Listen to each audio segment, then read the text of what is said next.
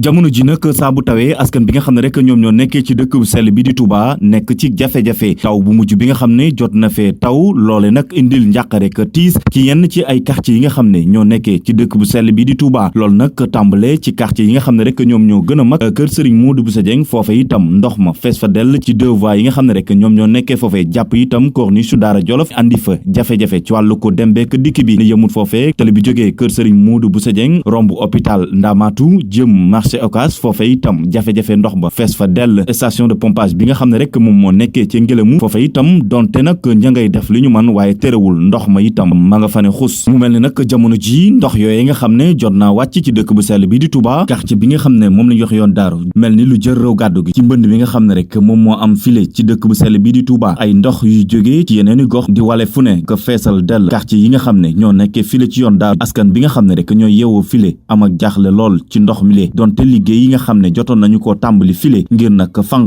lu jëm ci wàllu ko mbënd mi mel na ni nag loolee fi mu toll nii furaas daal di xëddeen